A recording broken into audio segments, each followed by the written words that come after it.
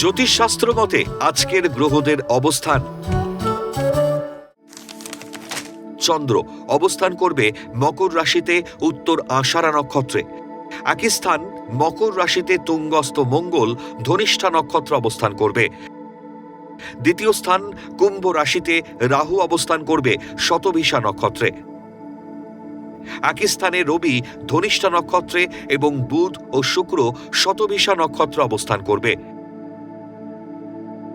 তৃতীয় স্থান মীন রাশিতে শনি অবস্থান করবে উত্তর ভাদ্রপদ নক্ষত্রে।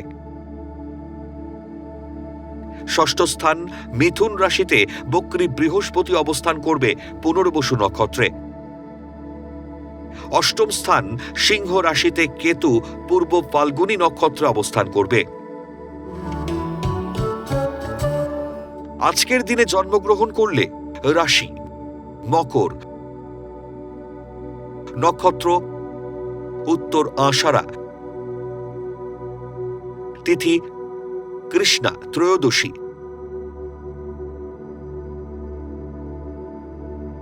গণ নর।